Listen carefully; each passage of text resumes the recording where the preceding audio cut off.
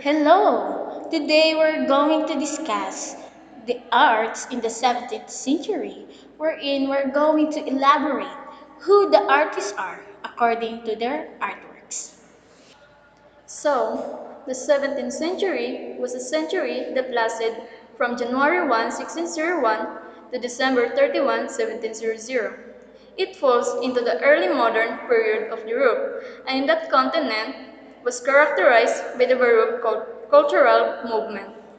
The Baroque period was distinguished by exaggerated dynamism and clear detail that aimed to create drama and grandeur in sculpture, painting, and architecture. So, now, what is Baroque art? In fine art, the term Baroque derived from the Portuguese barroco, meaning irregular, pearl, or stone. It describes a fairly complex idiom originating in Rome, which flowered during the period 1590 to 1720, and which embraced painting and sculpture as well as architecture. After the idealism of the Renaissance, 1400 to 1530, and the slightly forced nature in Manierism, Baroque art above all reflected the religious tensions of the age. Notably, the desire of the Catholic Church in Rome, as enunciated at the Council of Trent, 1545 to 63, to, to reassert itself in the wake of the Protestant Reformation. So, the artists of the time focused on depicting natural images, steeped in intense emotions and exaggerated through the play of light and shadow.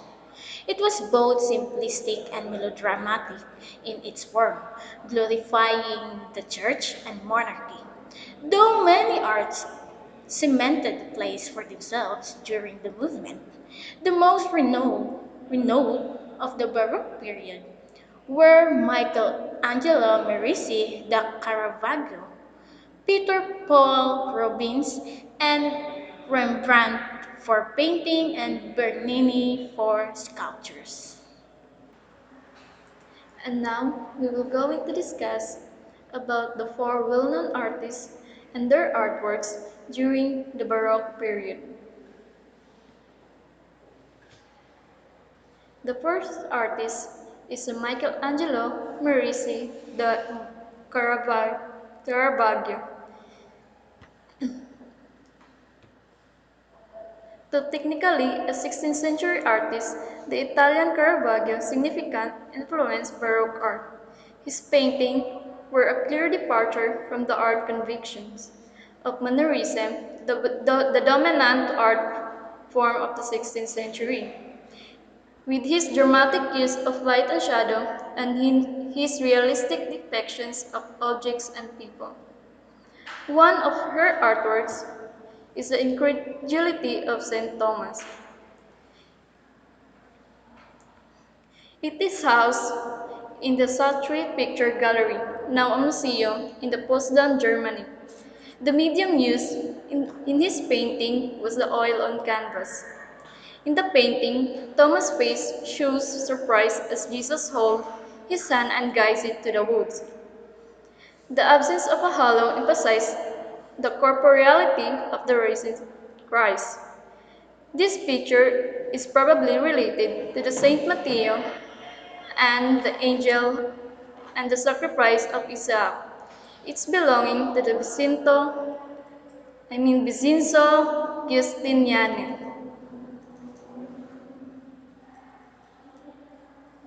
Caravaggio defined the use of chiaroscuro, artist's play of light and shadow. And through this use, he was able to create realistic figures and structure his art with drama and tension. These elements found their way into the works of the most important Baroque artists. Caravaggio also had the martyrdom of Saint Mateo. It's in his 1519 1509 to 1600. And the other one is the Bacchus. Its medium use is oil painting. And the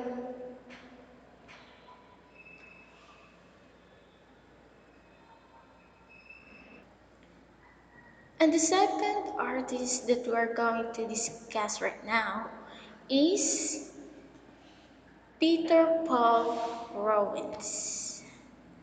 So, Rubens was a prolific and possibly the most famous Baroque painter. His style mirrored Caravaggio closely, and his work usually depicted religious figures.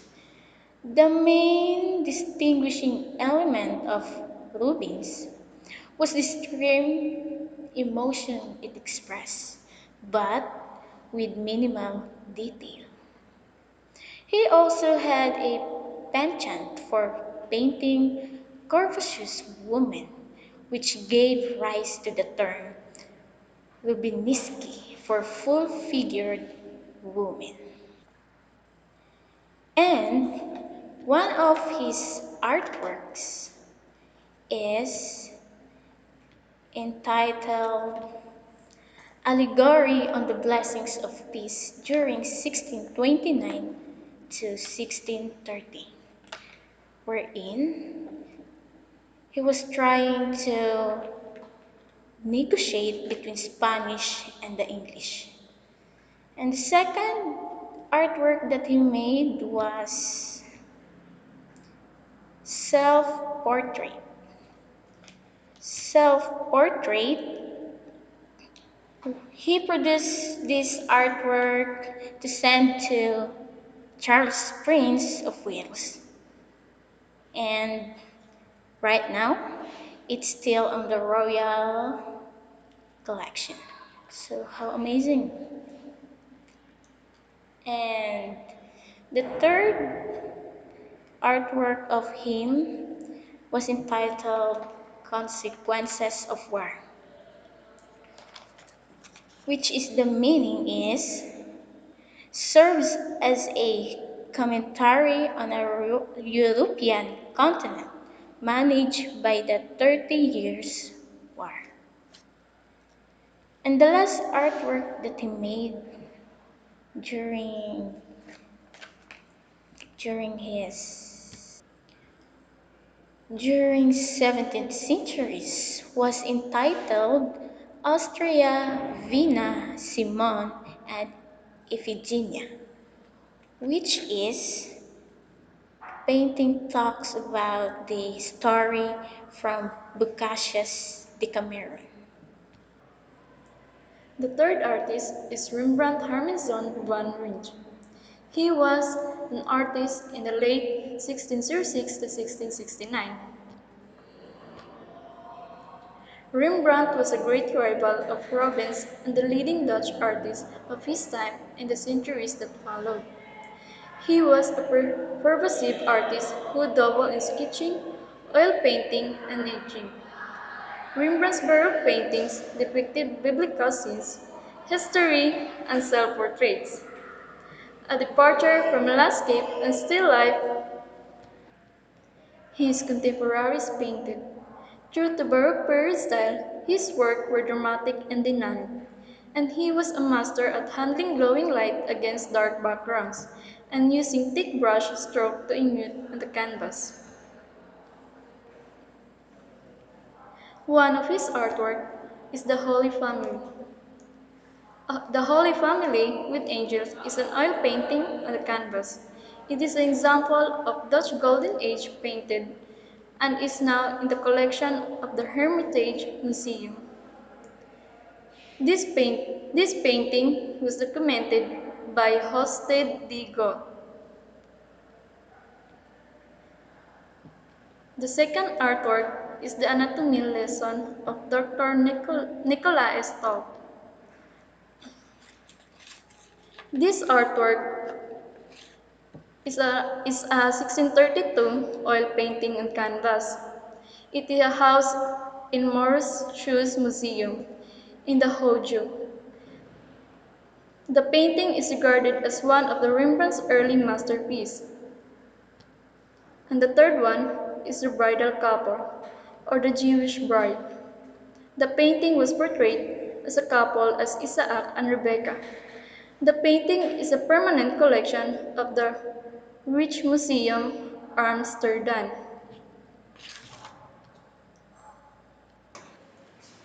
And the last artist is Gian Lorenzo Bernini. Bernini was an Italian artist, the leading sculptor and architect of his age, and the successor of the renowned Michelangelo. His work was defined by his ability to combine dynamism, intense emotion, and naturalism, the defining features of Baroque art in his marble masterpieces. These pieces mark a clear departure from the outer classical sculptures that lack fluidity. One of his sculptures is Apollo and Daphne on 1622 to 1625, which is depict the climax of the story of Apollo and Daphne in Quick's metamorphosis. And the second sculpture is the Ecstasy of Santa-Rasa, wherein is the central sculptural group in white marble in an elevated and an edicule in the Cornaro Chapel, or should we say Santa Maria della Vittoria.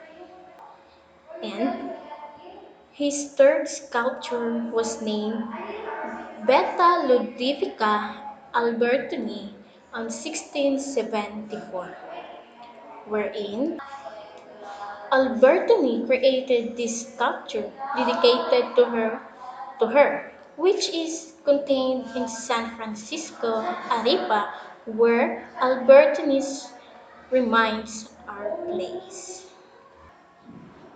And the last sculpture of him was the Fountain of the Four Rivers on 1651, wherein the Fountain of the Four Rivers is also known as the Fontana di Quattro Fumi and is located in the Piazza Navona in Rome. The fountain was an important source of potable water for the locals before the days of indoor plumbing, but even more importantly, it was a grandiose monument to the power and glory of the Pope and his family. We hope that you've learned about our discussions today. And that could be all. So, thank Thank you. you.